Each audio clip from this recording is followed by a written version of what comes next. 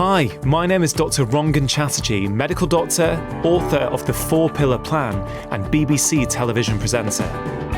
I believe that all of us have the ability to feel better than we currently do, but getting healthy has become far too complicated. With this podcast, I aim to simplify it.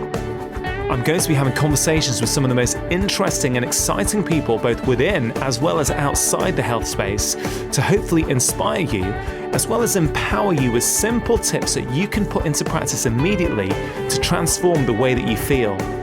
I believe that when we are healthier, we are happier because when we feel better, we live more. So today's guest is someone who's probably a little bit different from the previous guests that you've heard on this podcast. And it's someone who I'm really excited to talk about because the reason I've called this podcast Feel Better, Live More is because I genuinely believe no matter who you are, no matter which field you work in, when we feel better in ourselves, I think we get more out of life. The gentleman I'm going to speak to today is a pop star. He's an actor. And over the last few years, he's become a self-confessed nutrition geek. It's Mr. Matt Willis. Matt, welcome to the podcast. Hi. Thanks for having me, man. I'm really stoked to be here. Matt, I think before we get into the nuts and bolts of this conversation, I always like to share with the listener, where our paths cross first. And, right. I think for me, we met, I think, in 2005, I think it probably was. It was 2005, yeah. Yeah, so I was taking a bit of time off. I was actually playing a lot of music in the French Alps over the winter period. And I remember we'd finished playing a gig and myself and the drummer were out just unwinding afterwards. And I suddenly got a tap on the shoulder, I think, from your manager at the time, saying, hey, look, we saw you play before. We're just wanting somewhere we could just go and sit down and chill out and chat. Yeah. And that was basically because you had just come out of Busted. Is that right? Busted had just finished. Busted had just finished. Yeah. We just kind of we broke up in the January, or it might have been the beginning of February. I'm not entirely sure. But then I literally went to Chamonix.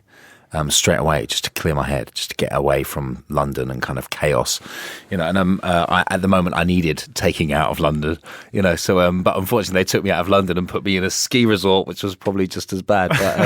But it was, yes, I met you in the bar. It was really nice. We got to know each other, and you came and sang with us, I think, as well the next night. Yeah. And really, we've got to know each other from there. So quite a chance meeting. And, we got to know each other a little bit out there. Then, sort of stayed in touch after that, at various amounts, because obviously we all get busy in our own lives. And then I think we'd kind of lost touch a little bit. And then I remember when my first series of Doctor in the House came out, I think you started tweeting me. And then I think we re-engaged at that point. We've hung out quite a bit recently. And Matt, I think... we talk about that time in 2005. You were at that time in, I think, from recollection, the biggest pop band in the country. Arguably, yeah. It was kind of it was a whirlwind. It was a massive kind of life-changing thing. Being in Busted. It was and at the time it was amazing. But then, just as you met me, it had all ended. Just as fast as it had happened, it had all ended, which is a very weird time for me. And how did all that start for you? I mean, how did you become, in one of the leading pop bands, certainly in the country? And I know Busted's reach spread, much further than that. But how did that come about? Is that something you had planned as a kid? Well, not really, if I'm honest. Like, I kind of played guitar in my room and stuff and kind of always sung, but I wanted to be an actor. I went to acting school and I kind of always thought that was going to be my life if I was lucky enough to do that. And in the meantime, I'd kind of met James Bourne from my band and we were writing kind of silly songs and we thought, we might play like local places in Southend, where and then lived with him in Southend and we kind of, we always had the goal to be a band and kind of go on tour and stuff, but we never really thought it would ever really The childhood dream, right? Yeah, the childhood dream. But you kind of like, to be honest, to play in front of a load of girls would have been wicked. That's all that we really aimed for at that time, you know. So, and then we did a demo of our song, and someone handed it to Simon Cowell, you know, of our demo of what I go to school for, and he wanted to sign the band. And as soon as he wanted to sign the band, literally everybody in the music industry wanted to sign the band. Oh, wow. And so from two kids who we got Charlie involved a few weeks before that as well. Like, he was so new to the band. Like, me and James had been doing it for a couple of years. We got Charlie involved. Our demo got sent off, and they saw the picture, and it was no longer these two weird kids. We also had this really dashing, good-looking frontman. So, and before we knew it, we were signed. And we didn't actually sign to Simon Cowell, we signed to someone else. But I think because he was interested, everyone just picked up a buzz, and we were kind of a bit of a buzzword, and then it just went from there, really. Wow. So from just writing songs in your bedroom with a buddy, you then get a record deal, and then you release music which it clearly resonated with the public. How did that affect you? Were you having fun? I mean, was it the best time of your life, or do you look back now and reflect in a different way? Do you know what? No, I look back at it as going, it was one of the most amazing times of my life. Like, I mean, and I can look back and go, there was trouble there, you know, and kind of point to certain moments in my life where people sat me down and said, you should calm down a bit, you know, and I can pick certain moments out of my life when that happened, and a lot happened during that period. But when I look back at it, I had such an amazing time. I mean, I was 18, 19, you know, playing arenas, you know, like touring the world, you know, it was just like, and I had a bit of money. It was just like, everything was kind of insane. It was just amazing. Wow. You know?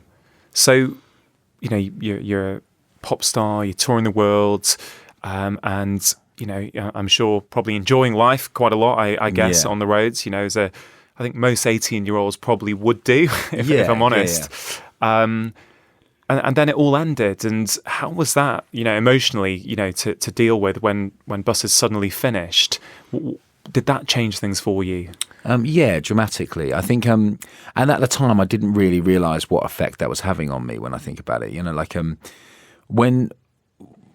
when Busted ended, I was just before it ended, I was kind of told by everybody, don't worry, because, you know, you're going to go solo and it's going to be amazing, and you're going to be this, and we're going to sign you a record deal. And like, I was like, oh, okay.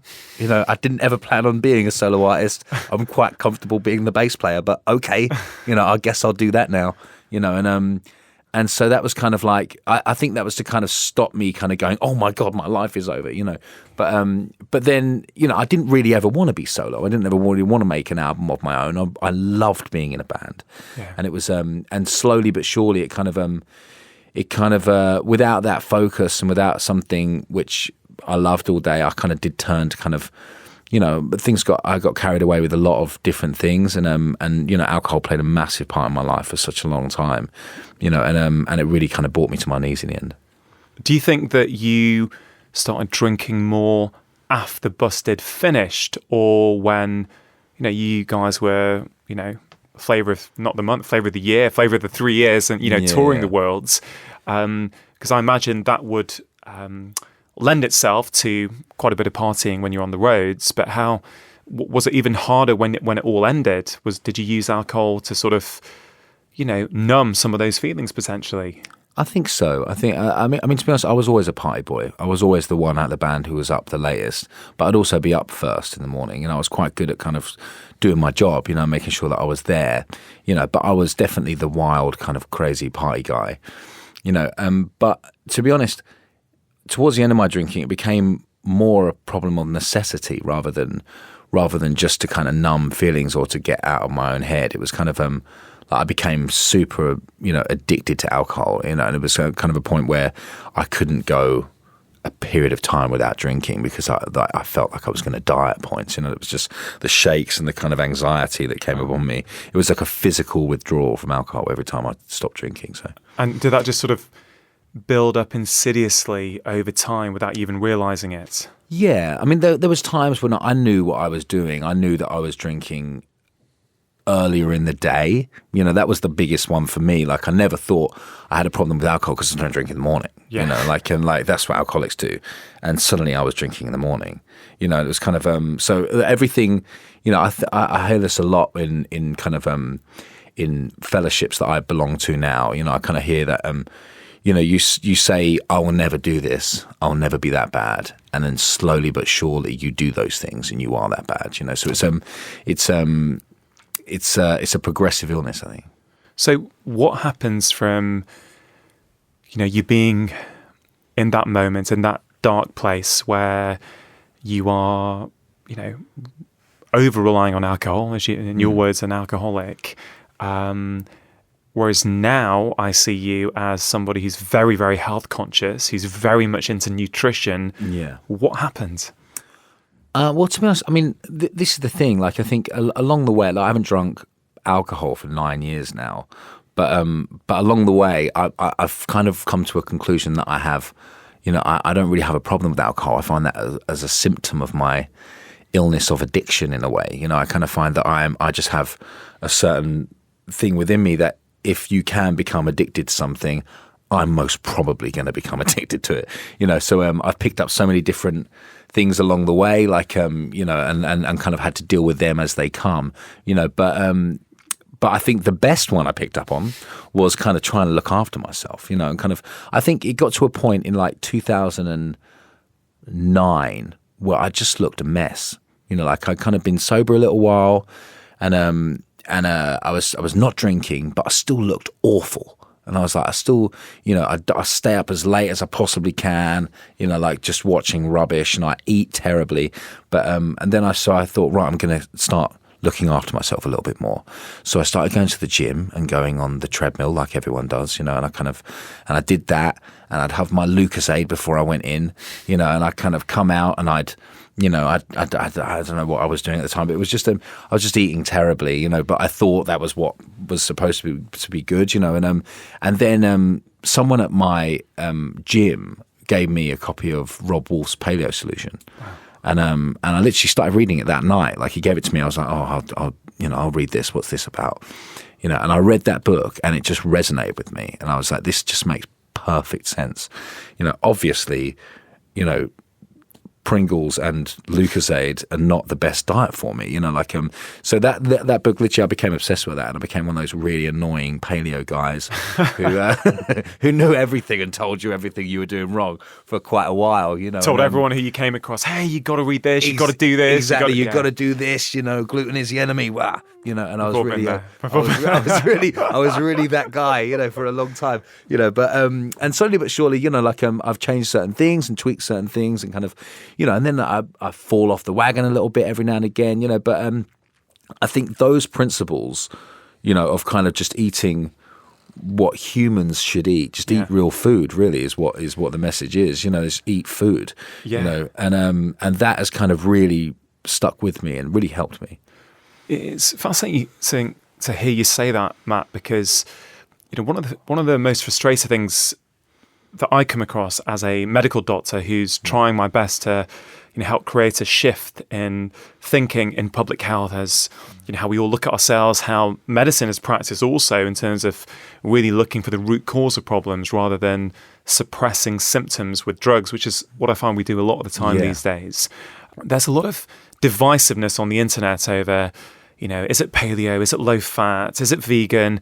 And, you know, I was thinking about this recently, and actually I was thinking about it a lot when writing my first book. You really have to compress your thoughts to really, you kind of know it in your head, but you think, actually, I need to get this down in a very coherent way so people can understand it. And I thought, you know what? I've got patients who have read paleo books, and it has changed their life. It's got rid of their joint pains. It's got rid of their weight problems. I've got patients also who've gone vegan, and they've transformed their health. And what the commonality is, though, when people do, you know, paleo and it transforms them, or they do veganism and it transforms them, often a lot of what they do is quite similar, which is get rid of the processed junk food. Yeah. So no matter where you start from, if you're having a lot of Western processed junk foods and you cut those things out, which you do on a paleo diet, which you would probably do on a well-functioning or a well-thought-out vegan diet, actually most people are going to feel better. Now, long-term, do people need to stick to that? Well, you've illustrated really well that, you were really kind of regimental at the start with it, but you've kind of figured out what works for you now. Yeah, and I think it is so individual. That's the thing. I think one size definitely does not always fit all. And like I've got friends who are vegans who do fantastically on it. I've got friends who, but I've had periods of my time when I've eaten a lot more meat than I do now. Yeah. But now I try really hard to fit all my micronutrients in, which has made a massive difference to my life. Like in the last kind of month, I've been really focusing on kind of eating as many different varieties of vegetables as I can, and it's kind of, and my energy levels are through the roof. Like it's just a simple change. And it was like, because, before I go through periods of life when I was like, right, okay, I eat the same thing all the time, and I eat chicken and broccoli and all that kind of stuff that you're told that is going to get you in ripped or whatever, and then you're so deficient in other things, but by just eating kind of an array of different stuff, you don't notice, but you're getting everything in. You start really to feel are. better. And I think these, I spoke to Rob Wolf about this. I was I think it was it November at the end of 2017, I was in California and I was at Chris Kress's book launch. Wow. And I was speaking there with Chris and with Rob. Had a long chat with Rob, and what's interesting, you talk to Rob and he will also accept that there are many ways to do this and we need to personalize it for ourselves. And Chris Kress as well, he says, it's a very good starting point for people to go paleo, let's say. Yeah. But then people need to kind of figure out bit by bit what works for them. And what I'm getting from you, Matt, is that you are now more in tune with the choices that you're making in your lifestyle. You're a bit more in tune with the impact that's having on you. Is that fair to say? Yeah, humongously. Like I can notice changes like within a week of adding something new into my diet, for instance. Like I'm adding so many more vegetables now. We're kind of doing I'm working with a guy at the moment. I'm doing a film in September, and I have to look a certain way for the film, right? So actually the last couple of weeks, like I've been really focusing on my diet. I kind of think I eat pretty well anyway. Yeah. And me and a guy called Paul Burgess are kind of doing this plan together, which is really nutrient dense. It's like you have to make. You have to fit a certain amount of calories in, so which is quite. By the way, I'm doing this for a role. Like I could not possibly live like this, really. But so but you're basically trying to sort your physique out because you're going to be on screen. I'm going to be on screen, so I want to look a certain way. The director has told me I need to look a certain way by a certain date. So that's a certain pressure, isn't it? It is a certain pressure, and there's also the pressure to go right. Okay, let's do all this stuff, which is very unhealthy, to get you to this point, just to look good on camera, which is kind of what actors do. Unfortunately, you just hear, you got to take this and you got to do this and you got to eat this, and kind of relatively starve yourself towards the shoot to. But that must be a huge pressure, actually. It is a huge pressure. I guess a motivating factor in one way, because it's presumably going to drive a lot of healthy behaviours potentially. Although I get the impression you're pretty healthy as it is these days. Yeah, but I in fact find that it actually triggers my head to for unhealthy behaviours. Like it kind of it makes me think, right, okay, because anything you can take too far, right? And and I think unfortunately with jobs like that, there is a tendency to go the wrong way and kind of maybe not focus on the right type of diet and kind of just crash it and kind of get there and peak for that one day of filming, and then the wheels are going to fall off of that eventually. So I was like, how can I do this in the healthiest possible way? I've got a really long time, haven't got to do it till September. I was like, how can I do this, look this way, but keep my body as healthy as possible? I wonder there, Matt, given your previous experiences with excess, let's say with alcohol, is there anything you can learn from that you can apply into this situation? So you're being pushed to look a certain way for a acting film role, and so as many of us would, we want to look a certain way on camera. I think many of us can probably resonate with that. But you also know that there is a potential by doing that, it's going to trigger some of those potentially unhealthy, addictive type behaviors. Yeah, completely. Do you have any? How are you going to try and avoid that? Do you know yet, or are you trying to figure it out? No, I'm still trying to figure that out because I find that I trigger addictive behavior all the time. Like that's the biggest problem for me, really, in my recovery process is my behavior. And I notice it all the time. I have to really work on that. So I mean, I do have the tendency to go, right, let's work out for 5 hours a day and eat, relatively small meal, and all that kind of stuff, which becomes the wheels will just fall off and it will all go horribly wrong. So I'm like, right. So I had to employ somebody to get someone very good who I trusted, who I know is in this kind of world. How can I do this in the healthiest possible way? Well, that's great. So you're giving that plan up to somebody else. You're paying someone else to actually almost make sure that's taken care of for you. Completely, and it takes it out of my own head. Yeah. Because my own head will run wild with it, and I'll start going on to, maybe if I cut my calories to 1,100 calories a day, that might, that's my head that will tell me that. Whereas someone else will just go, do this, follow the plan, it will work. And I go, okay, yes, thank you very much. I can resonate with that on so many levels. A lot of people listening probably don't know that about me, that I have...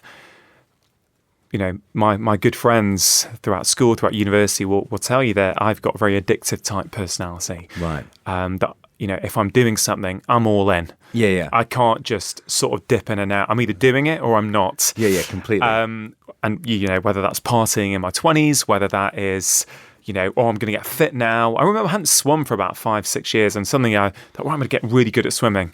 And, I was working in paediatrics in Shrewsbury, actually. I remember it really well, and I'd often stay there in the week. And I thought, I'm going to get into swimming. So I found a local pool, and I literally went every day for 7 days, like about half an hour, an hour. And by the end of the week, I couldn't lift my right shoulder anymore because I'd damaged my rotator cuffs because I hadn't swam in ages. And suddenly I just threw myself into it, and then I couldn't do anything with my right arm for about 3 or 4 months. I couldn't play the sports I wanted to, and I thought that's just typical me. I've just gone straight in rather than think. And you can, with hindsight, of course, I was going to injure myself because there was no build up to it. Yeah, exactly. But I won't go into it all now. But you can go into all aspects of my personality, and I've certainly, I took up golf about 8 years ago. Because long story, but I'd hurt my back and I had to give up playing squash, and I was really missing competitive sports. Right. And I became obsessed. My friends were like, well, why can't you just play now and again? I'm like, no, if I'm going to play, I'm going to be getting all the magazines, I'm going to be reading about it, we're getting the lessons, I'm going to be working on my swing every evening in the mirror. And I guess you might be able to resonate with some of this. It is literally, that is just me. Yeah. With everything. Like I took up CrossFit. And I loved it, dude. Like, it's competitive. It's exercise. It's kind of a sport of the gym in a way. I was like, this is everything I need in my life. Yeah. And I went every day for like 14 days and was just a mess at the end of it.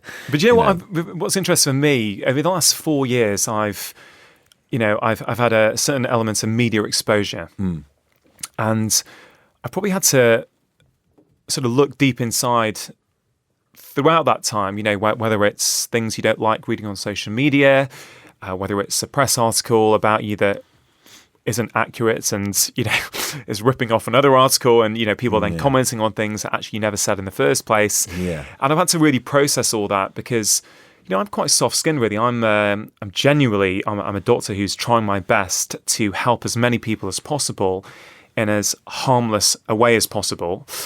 And I've kind of had to figure out a lot of stuff, like, process my own stuff, basically. And I'm finding as I've done that, I'm more at peace with who I am. I'm more happy day to day. I feel my life now, my job has got real meaning. It's got real purpose. Yeah. And I've kind of found since I've really tapped into that, my addictive behaviors or my tendencies are reducing quite dramatically. And it's really been in the last, I don't know, maybe 2 years or so. I'm really starting to go, I'm not quite as, I don't get quite, I'm quite happy to take, it's not all gone. Yeah. Right, but it's just not there as much. And, I wonder, can you, I don't know. I'm just sort of sharing that with you. Do you see anything in that? Yeah, completely. I mean, I think this is the thing, because certain parts of me I wouldn't change. Yeah. You know, this is the thing. Like people say to me, "Are you? Does it bum you out that you're an addict?" You know, I'm like, no, I'm really.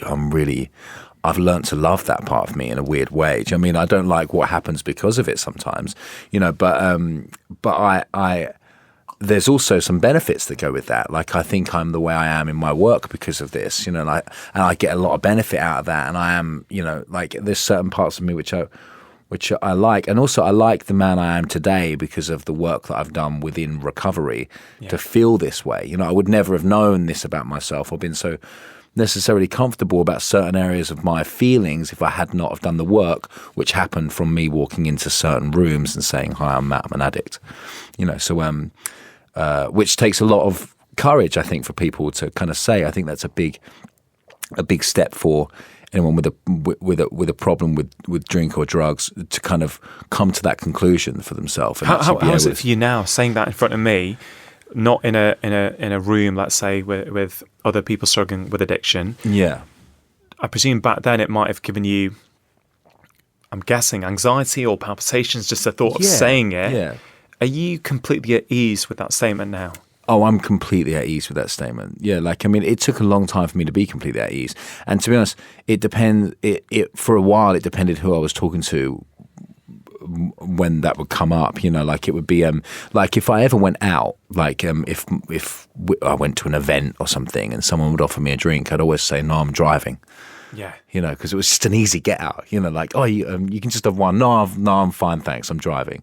You know, it was just my way of not having to say, you know, because also it's a bit of a conversation killer. "No, I'm a drug addict."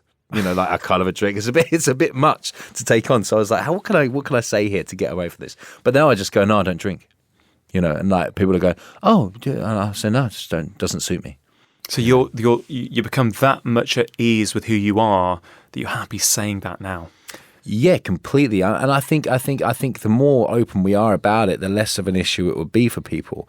This is the thing. I think there's a certain stigma attached to, you know, like, you know, when you think of the word drug addict, you think of a criminal guy robbing people for their purses, you know, to buy heroin and blah blah blah blah blah. You know, this image comes up when you think of drug addict. When really, I sit in rooms around the country whenever I am, and I sit in rooms with, you know, all kinds of people from all kinds of backgrounds who all have this one thing in common, you know, and it's the most amazing feeling sometimes to sit in a room, because I remember going into these fellowships. You're not supposed to say if you remember or not. It's anonymous for a reason, but I remember going into these places and kind of and throughout all my life, I felt like I had this secret that I was potentially maybe crazy. You know, like I had this thing wrong with my head, right? That I thought differently to everybody else. I was uncomfortable in my own skin. I was uncomfortable in social situations. I couldn't deal with just simple human interaction, you know. And then I found substances and alcohol, which made that go away. You know, and I could suddenly behave in a way that I could never behave before, and I felt comfortable in certain situations. It was amazing, and then unfortunately, everything it gave me, it took away tenfold towards the end. But I went into this room, and I heard people telling my secret. Like I heard all these people in this room, and I felt like going, "Whoa, whoa, whoa, whoa, whoa! Yeah. They're gonna lock you up. Don't talk about this." You know, like. But I was like, "Oh, I'm not." What I thought about myself is not true. I'm just an addict. Wow, this is quite a liberating experience. You know, like I suddenly have something which I can relate to other people about, and I can talk to people about, and they understand me and I understand them. It's a beautiful thing. Yeah, it's an incredible story, Matt. You know, you should really check out this guy called Dr. Gabor Mate. I was listening to a podcast with him the other day. He's a fascinating man.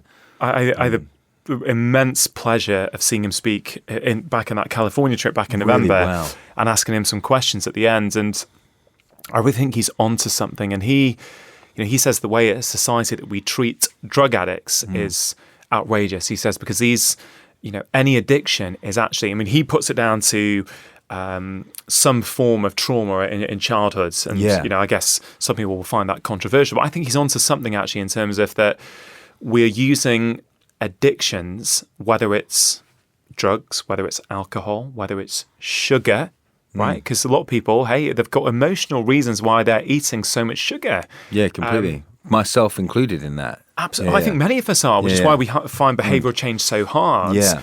And he really presents a very compelling story as to how all these addictions are the same. We are looking for those substances to give us something that we're not potentially getting in other aspects of our life. And I'm still kind of trying to process it all and figure it out in my head. Yeah. Something about that resonates with me, which is why I feel that since I've really grown into who I am now and what I'm trying to do, both in my practice, both as a dad and trying to bring up two hopefully amazing kids. I certainly, like every parent, I'm trying my best to do that. Yeah. I kind of realised that when I get that fulfillment and that real sense of purpose, I'm finding more and more that my addictive tendencies are going down, which is just quite interesting for me on one level. Really interesting. It is interesting. I think I heard someone, and also this is the thing, when it's controversial to say that it comes from childhood trauma, trauma is different to everybody. Absolutely. You didn't have to be abused as a child to have childhood trauma. Anything can happen. Could have been your mates at school suddenly ditching you and going to a new group of friends, and you suddenly felt insecure. Yeah. As many people have had it, as I had at secondary school, and I've recently figured out how that has driven a lot of my behaviours. But certainly by tackling that and actually becoming at ease with it, that actually it's changed my behaviours. And it's just phenomenal when you start going back. It is. But you can't go back it's very hard to go back when you are relying on other substances to get you through. Completely, because you're self-medicating. You're numbing the problem. It's like I think it was Chris Kresser that said something that said if you have a rock in your shoe, and you're walking around, it's causing you pain, you can take probably ibuprofen to numb that pain a little bit, but really you should probably take your shoe off and take the rock out. Yeah. Do you mean and have a little look what's actually causing the pain? Which is fascinating. I've heard people in rooms describe it as a hole. There's just a hole in you that you try to fill up with different things, and it's just an never-ending hole. Yeah. Which I find I'm really related to as well. You mentioned this. When we hear the term addict, what comes into our heads? This image of a criminal. And I was chatting to some elderly friends and patients of mine recently, and it's quite clear that actually they have been addicted to painkillers for a good 20 years, opiate painkillers, which have been handed out so much, and really we're realizing now that they weren't doing much of a job in terms of helping people's pain, or certainly as much as we thought they were. Yeah, we've got a nation now. It's a huge problem in the US. Yeah, massive huge problem. But we've got a big problem here as well. Really? How Wow. many people are addicted or dependent on things like cocodamol and codeine and tramadol? Yeah. But actually, it's seen in a different way because the doctors prescribed it. So it's legal, and it's respectable addiction in some way. Because but it is an opiate, isn't it? Yeah, but the doctors prescribed it. Yeah. So it's not seen in the same way as somebody who's, let's say, addicted to a street drug. Yeah. But it's our perception, isn't it, as society? We're and this raises a wider point, which is, is the obesity epidemic, is this epidemic of chronic disease just related to, we're eating too much sugar, we're eating too much processed food? Yeah, that's a huge factor. But actually, is there something on a deeper level that people are dissatisfied with the way that they're living their lives? That 1 in 4 people now in any year in the UK can have a mental health problem. Yeah, I'm thinking, but that's if that's a huge statistic. It's isn't huge, it? isn't it? That's a massive statistic. Yeah. Yeah, and that's not just better diagnosis. That is. Yeah. There's something going on in society, and I just wonder how much of this is how many of us are self-medicating with food. I know if I've not slept, or I'm traveling around and I just, you don't crave fruit and veg, do you? You're craving that quick hit. Totally. If I come home and I've had a stressful day, or I'm in a bit of a bad mood, and there's something there which I probably shouldn't eat, I'm not going to think as carefully about it as I probably should do.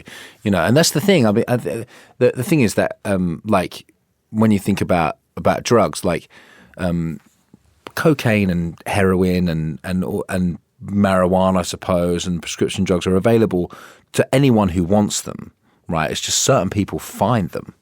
Do you know what I mean? Like, and it's the same with food. Like it's that if I go anywhere, if I go into any shop, I am faced with a barrage of the most unhealthy things you could possibly put in your body, but some people choose to eat them all the time and some people don't. So there's obviously, there's obviously something going on there. Yeah, absolutely. Matt, you and Busted got back together recently and released an album, and you went on tour. Yeah.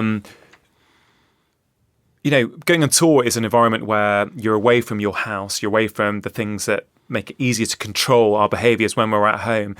Is that challenging when you're on the road to eat well? Let's say you like your nutrition, you like eating well, it makes you feel good. How hard is that when you're on the road? It's a lot harder. I'm not going to lie. It depends, to be honest, because in the UK, we, I don't want to sound like I don't know how to come across it, but in the UK, we get looked after really well. Yeah. We have a chef on tour, and we have someone, and I can tell him what I want to eat, and they can cook me what I want, and like, we get looked after really well. But when we're in Europe or Japan or anywhere like this, we kind of have to rely on our own means to get food, and it's hard. Traveling around is hard, especially on promo tours as well, because a lot of the time you're in a car a lot. And you're just stopping at a garage, and in that case, it's almost impossible sometimes to find something. I'm getting the insides of sandwiches out, like and things like that, So it's it becomes increasingly more difficult. But fortunately, I have learned how to do that. I have learned that it just takes thinking ahead. It's like, right, I'm not going to be able to eat well today. So what can tomorrow? So what can I do today to make tomorrow a little bit easier? And like, obviously I'm not around a kitchen, so I can't really prep food. So I'm like, right, we can stop at, I can make sure that when we stop at somewhere, it's got like a supermarket that I can buy some food that I can put together with. Is that then, I just wonder for people listening, is that a strategy you adopt? So you're going out, because not many of the listeners, I'm sure, are going on tours and playing arenas, but we'll probably share similar challenges, which is that they might be traveling for work, or they might be in a very busy job. They're on public transport. They're not in front of a kitchen. Yeah. So is one of your tips, I guess, preparation? And what are some of those things that you buy and like keep in your backpack, or does such a thing exist? I always have some raw nuts in my bag. Yeah. Because I find that if I don't have too many, because I'm very bad at overeating, that kind of thing, so I try to have little, like, I'm ridiculous. Like in my bag right now, I've got little sealed containers of like nuts. I've got my lunch prepped, that I've got with me. I'm in the studio all day today. So, and, everyone will be getting Deliveroo and stuff, but I've already got my lunch and my dinner prepped in my bag. On that point, because a lot of people go, it's too much hassle to prep foods, and I get it. For some people, it takes a bit of a mindset shift to get to that point. But 5-10 years ago, you weren't doing that. So why do you do it today? Why do you prep your food? My day is, I'd say, 60% more productive if I eat well.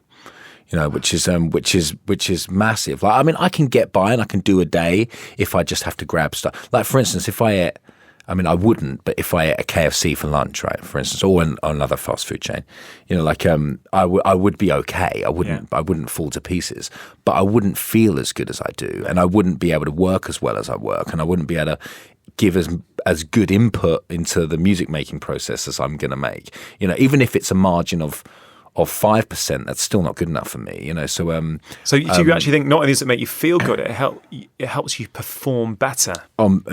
Dramatically. Like if I eat what I've got with me, I will stay at a steady kind of energy level. I will think clearer. You know, mind fog for me is a big thing. If I don't eat well, my thoughts get cloudy, which is really something which it's taken a long time for me to work out what foods do that to me. You know, like if I eat a certain thing, like I can't think as straight. I can't get the words out properly. I know that. I can absolutely sort of echo that feeling. And basically, you're saying when, as I said at the top, you know, when you feel better, you live more. Complete. I couldn't agree more. Yeah, it's interesting to hear that, because what strikes me, Matt, is that you have. You know, behaviour change is hard for people, right? And often it takes us multiple goes to get there, and it's a long journey, really, for most of us. I don't think we're ever there, really, because we can always fall off the wagon. Always. Yeah, completely. I'm already planning a wagon fall off, which is something which is really weird to say, but it's my wife's birthday next weekend, right? And so we're I'm taking her. She doesn't know, by the way. I know you're seeing her, so it's a secret. But I'm taking her away to Venice for the weekend. So we're kind of going away, and I'm like, right. So there's one restaurant which I'm going to probably eat pasta in, and I'm probably going to have a dessert. So right, okay, I've already got that in my head, which is a very weird way to live. But but the rest of the time, I found places I can eat pretty well. You know, I'm just going to have one meal where I eat what I want. Yeah, no, I think that's really reassuring for people that, you know, it's not that you're all in or you're all out. You know, you can, you can. You know, have an enjoyable life and eat well and feel good, and you can have things that you may not choose to have every day, but now and again. Yeah. But I do know I will not feel good for doing that. That's the thing, like which is bizarre. But you know, when with a lot of the time with my patients, I change or I sort of make some food recommendations. I say, look, guys, you know, try this for 3 or 4 weeks and see how you go, and then come back and see me, and we'll have a chat. And it's amazing how life-changing it is for most people. I can imagine. But, you know, let's say they come back after 4 weeks and the joint pain's gone and the skin's better and they've got more energy and the brain fog's gone, which is not uncommon, if I'm honest. And then they go on with their life, and then, you know, bit by bits, you know, bad habits can start to creep back in. Yeah. And they'll come back and see me and say, you know, I was really naughty last week. I had this. And then, you know, my brain fog came back. And I said, guys, like, you know, let's think about the language there. You're not being naughty, okay? That's not, you know, sometimes I'll say, I failed. I said, this is not failure. This is part of the journey. This is education, right? You've learned that when you eat well, you feel fantastic. And you've also learned that actually, when the going gets tough and you actually make some different food choices, you don't feel so good. I think that's a good thing, because the only way people, I think, sustain this long term is when they feel the difference, and they can start put 2 and 2 together and go, oh, when I eat this happens. Completely, yeah. You know, and I think until people get to that point, you know, I say all the time, nobody is going to follow my advice long term if they don't feel different. You know, you might do for 2 or 3 weeks, 4 weeks, maybe 2 months, but the only way that's going to go from actually, I'm going to do what the doctor told me, to actually being self-empowered to go, right, this is the way I choose to live my life, is when people feel differently. Completely. You know, like, I didn't realise that it wasn't normal to feel tired at 3 p.m. in the afternoon. I didn't realise that wasn't normal. Like, I always thought, I just always get a little bit of a dip. I need to pick me up at about 3 p.m. You know, I don't need that anymore, which is fascinating. You know, I'm in your book about denormalizing sugar. That's been such a big thing to my household. like it's been a process. We're still kind of working on it, but we do a thing called Sugar-Free January. I saw that on social media. How did that go? Yeah, it went really well. Like, it went really well. I mean, we just had no sugar for January, like, and which is good, because I think like we talked about it briefly, but towards the end of the year, it's just insane the amount of sugar my kids are fed. You know, and not through any fault of my own. Like, I mean, it's just like every day they're coming back with something in their school bag from a friend, or there's a Christmas card that comes that's got some gold coins in it. Like, it's just like, oh my God, like, it's just every day. And then Christmas comes, and and you can indulge in Christmas. I think that's great. Yeah. But it's but and then before you know it, it's Easter. Like it's about to come onto us. So in January, so you've got kids who are under 10. Yep. Yeah. So yep. I get it as adults. Some of us go on these kind of sugar-free weeks or sugar-free months. Yeah. How did your kids take it? Not very well. They didn't like it at the beginning, but then I started making different things. Like I started to make like mixed yogurt with some jam that I got that didn't have any added sugar and stuff, and so they were having I was finding ways to, and also I baked some stuff which was sugar free, which they really enjoyed, so I found treats, and they really look forward to these things, like these little kind of which I was worried about myself. I was like, am I defeating the object here by by giving them these sugar-free treats, because it's still a reward system, which they shouldn't. You're right. I was like, maybe I'm defeating the whole object here. But to be honest, I was just pleased to get through the month in the end. But it's really helped us, I think, because now we think twice about how much they're having, and if they're going to go to a party, we say, I don't want you to have anything today, because on Sunday you're going to be going to this party and it's out of my control, so you're probably going to have cake. I don't want you to be the weird kid, which is wrong as well. Like, why should they have to be? This is something that is such a. It strikes at such a core within me. Really? I struggle with this, as I think many parents do these days. Is what is the? I mean, if we just rewind back a little bit, you talked about 3 p.m. and you didn't know it was not normal to have a slump there. Yeah. But actually, unfortunately, it is normal now. It's just not optimal. It is the norm in society to have that, but it's not our biological norm. Yeah. And I guess the same thing is with kids' parties. And I've got 2 kids under 10, and it drives me up the wall sometimes, and I just don't know what to do sometimes. I don't know whether I'm being over the top parents and trying to protect them too much.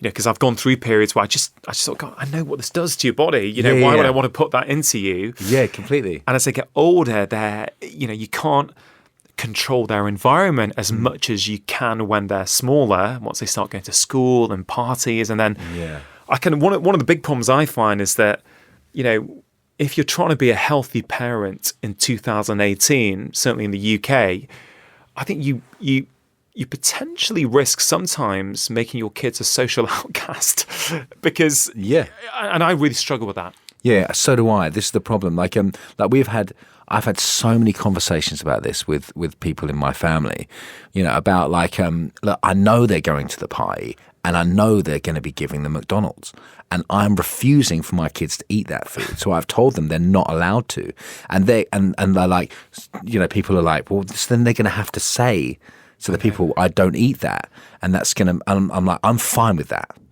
which is hard to say. It's hard. It's like, because I know what, and also I feel like I'm enforcing something in them, which in the long term will be good, but in the short term may be detrimental. It's hard. It's so hard to make the right choice, isn't it? You know what?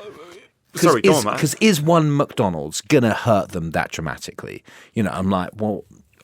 First of all, I don't know is the answer. I don't know exactly what that is doing. I know that it's not doing very good stuff for them at that moment, but they're not going to have it again for a while, is what comes back at me all the time. It's not that they're going to have it all the time. But still that kind of, and also that's like, then you're enforcing something within them as, but it's if you do something good, you get something bad. So you're rewarding your children with bad things, which I think is a bad system to have.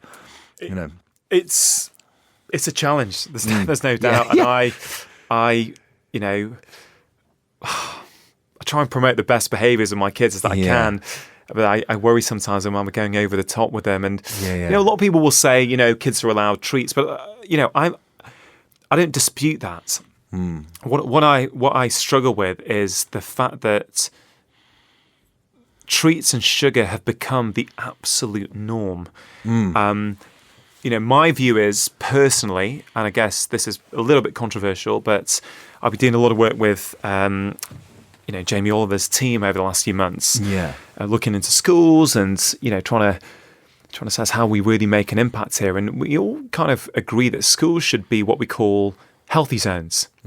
So I think schools, for me, should be the model, educationally, academically, behaviourally, but also nutritionally, because if I want to give my kids a treat, I don't want them to have had a load of treats at school, which then potentially impact what I can do with them. I would much prefer that.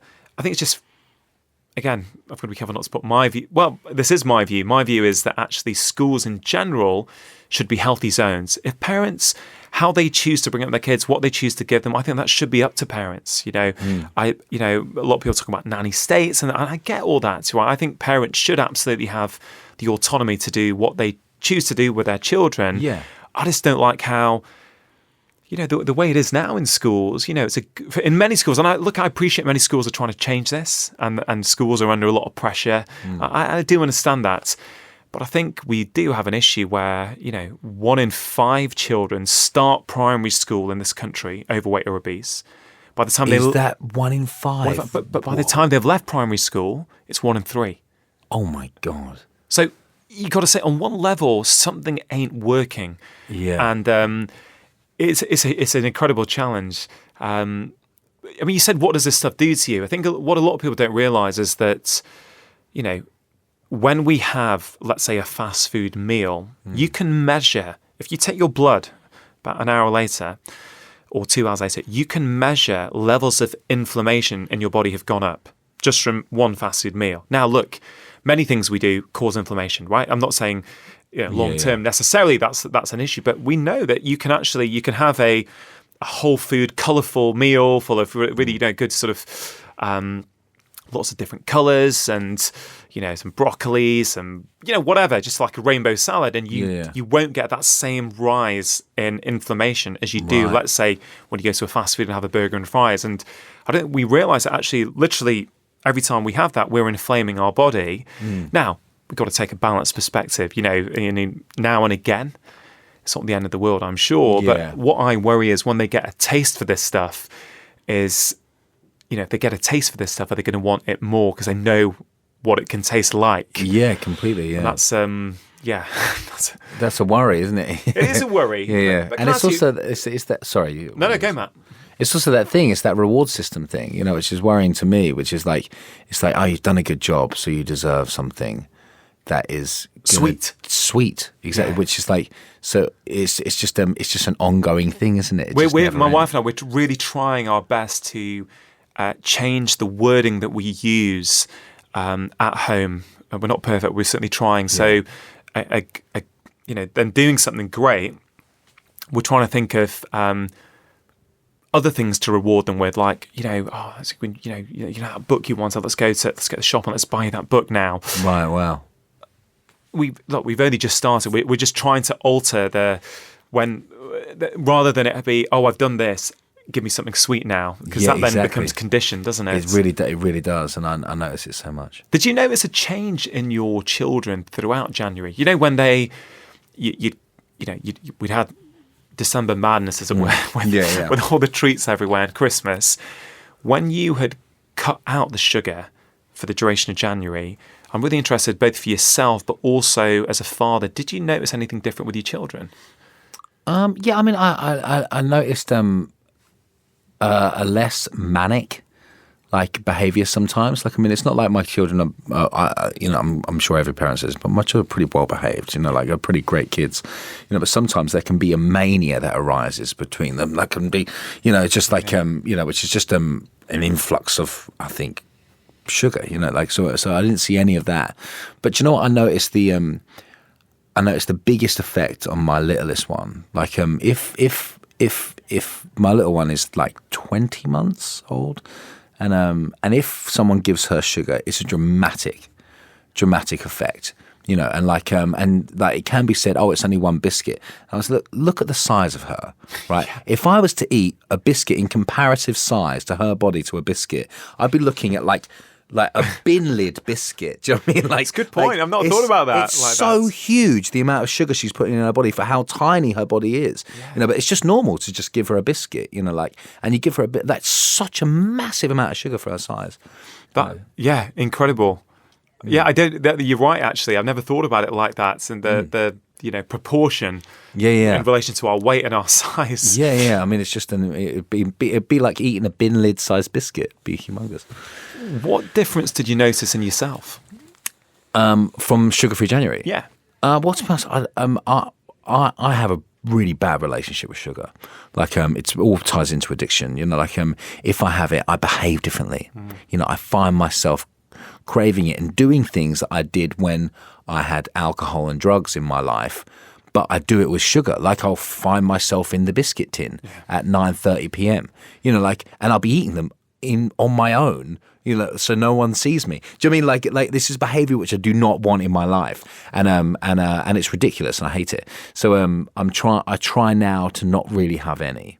You know, but occasionally I will. Like I said, it's my wife's birthday, so I'm going to have a piece of cake or a dessert. You know, but I'm not going to then go to the shop and buy every chocolate bar and take it back to my hotel room and gorge myself, which is the tendency I have to do. And I find myself, like, if I get in that rut, like a couple of years ago, I was in a bit of a sugar hole for a while, and I found myself just eating it all the time. And I know. Like I know what it's doing, and I know how I'm behaving, but sometimes it just gets into your behavior. Well, this is it. When people say, everyone knows what to do, they're just not doing it in terms of health. I don't buy it because, you know, I think all of us want to be as healthy as we can. I genuinely believe that. And I think if we're not making decent choices, it's often because of underlying issues that we're sort of, and I think, you know, I think just putting it all on the individual is I don't think it's that fair, really. I don't think it's fair. I think it's so much bigger than that, you know, because everyone does know, you know, that everyone you does maybe know. you shouldn't eat that. You mentioned that the sugar chapter in my book, and the reason I called it Denormalize Sugar. Yeah. I thought long and hard about this. I went through a few different titles, and I thought, actually, you know what? I don't want to demonize it. Yeah. And say you can never have sugar again. In the modern world, that is frankly going to be impossible. Yeah. You just, you know, you're setting yourself up for failure right there. Yeah. But I kind of thought, look, we've always craved sugar. Now, not necessarily all this refined sugar, but we've always had it. Even things like honey. Hunter-gatherers have had honey for, you know, thousands of years. Yeah, totally. Right? Quick energy source. Yeah. But what's changed is that it's their breakfast, lunch, and dinner and snack time for all of us, for many of us, 7 days a week now. So it's not necessarily that sugar in isolation is this thing we should never have. And that's where the name came, denormalize it. So, you know, if you want a sticky bun, right? Yeah. Now and again when you're out with your mates in a coffee shop, okay, have it. But don't kid yourself that day in, day out, that, you know, your cereal, your sandwich, your pasta with your ready-made sauce, don't kid yourself that you're not having sugar already. All day, every day. You know, and the whole point of that chapter is to reset your relationship with sugar, right? Reset your taste buds, because a lot of people also don't recognize that if you're used to having a lot of sugar, you crave that sweetness. So, you know, I used to have sugar in my tea years ago. And the first time I cut it out, I could barely stand it. But a few weeks later, I ended up picking up someone's tea at work, the wrong one, with sugar in it, and I had to spit it out. Because your taste buds can change that quickly. You know, some say within 2 or 3 weeks. Wow. So, you know, once you've, I'm sure with your kids, they probably in January reset their relationship and their taste buds a little bit. So you're probably wanting a little bit less. Matt, one of the final questions I was going to ask you is, you were in the gym. You were recognizing that you weren't looking physically as good as you wanted to look, despite having cut out the booze. And someone gave you Rob Wolf's book. Yeah. Do you think if someone gave you Rob's book when you were 19 years old and you were on tour with Busted, it would have had the same impact? I wouldn't have read it then. Yeah. I don't think. I really wouldn't have. I think I was ready for... I was ready to read it at that point in my life, you know, like I needed it, you know, like that's the big thing, isn't it? Like I think if someone had given it to me, I like to say in the madness, you know, like people sat me down, and in so many kind of authoritative figures sat me down throughout my life and said, Matt, you need to watch what you're doing, and I didn't listen. But then I needed to listen, and suddenly stuff sunk in. So I put it the same way with food. Like, you know, like I think I hit a point where I was just, you know, unhappy, and I couldn't and then someone gave me this book, and it all made sense. Yeah, it's the right time, right? The right time. And this goes back to what you're saying. When you discover the power of food, you're telling everyone, like I did. Yeah. And actually, you become irritating, and actually, people don't want to hear it. And I was actually, you know what? I have so many patients or friends who say, oh, Dr. Chatterjee, I love what you're doing. I love your book. But my partner, my husband, I can't get him on board. I keep trying. And I said, you know what the problem is? The problem is that you're trying to change them. And, it rarely works. People have got to be ready for it. Completely. They've got to be open to it. Yeah. That's so true.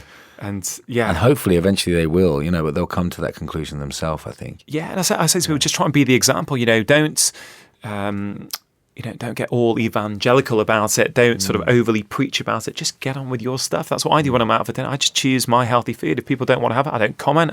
I genuinely don't judge. One of the things I've tried really hard over the last few years is really, as much as possible, I just try not to judge people. I'm very open. Everyone's making the choices they want to make. Yeah. And I've got control over my choices. That's what I'm going to do. I try and control my children's choices. Yeah. But everyone else, I'm like, hey, guys, Yeah, man, to live your life. Yeah. Matt, look, you've been a very, very insightful guest for me to interview, and it's a very different guest for listeners of this podcast so far. What I think people are really going to enjoy the conversation. I think they'll have learned a lot from your insights. What I've done with health experts is I often leave them giving some sort of tips to the listeners, in terms of what they think the best things are to help improve their health. And, I'm not saying it's a fair question for you necessarily. I'm just sort of thinking, in everything that you've learnt on your journey, in your work, in your health journey as a father, are there any things you can leave the listener with? I always try and leave them something that they can think about as they turn off the podcast. Do you know what? I just think I have no idea. I think one of the biggest impacts is I do a thing called the 5-minute journal, right? Which I do every morning and every evening, and it's made such a big impact on my life. Just like a little. It sounds a bit hippie, but it's like a gratitude list, right? And I do it every morning and every evening. And I love it. It sets me up for the day. Like I write a little, it takes 2 minutes in the morning. And this is not even like nutrition related. This is about what I'm kind of grateful for in my life at that moment. And I thought this was rubbish when people told me about this kind of stuff. I thought it was complete, nonsense, and I can't tell you how much of an impact it's had on my life. Like I look forward to doing it. And at the end of the day, I write down some things, some amazing things that happened in my day. And I go to bed and I sleep better. I kind of, I wake up and literally this thing can change my mood. If I wake up, sometimes I think we wake up in a certain mindset.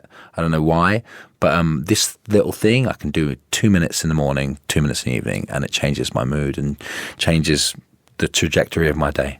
Matt, that is so incredibly helpful, and I was that's such a small thing. I've seen some of the science on gratitude and really? Journaling. I know Tim Ferriss talks about journaling a lot. I've experienced the benefits myself. Yeah. But you do it as a regular practice. 2 minutes in the morning, 2 minutes at night. It's called the 5-minute journal. It never takes me more than 2 minutes in the morning. Have you got a book that you do it in? I've got an app on my phone. Right. Literally, I wake up in the morning. I do it on my phone, and I do it in before, like in the evening. I try not to have my phone on in the bedroom, so I do it like before I'll go to bed in the evening. And that's and it's just I love it. And plus I attach a photo to it that I've taken throughout the day, so then I can look back on it sometimes and go, oh wow, this was happening. It's a really nice thing. Matt, that's an incredible bit of insight to leave the listeners with. Thank you for that. Matt, I can't say how much I've enjoyed the chat. I wish you all the best on your health journey. Thanks, I wish you all the best with getting in the studio and recording. Thanks, but man. also I hope very much you can get in shape for this film without it sort of bringing up unhealthy, addictive behaviours. So we'll stay in touch, let me know, and I will. Maybe we'll get you back on in a few months and see how you got on. Brilliant. Thanks a lot, Rongan. Thank you. That concludes the latest conversation on my Feel Better, Live More podcast. I hope you enjoyed it.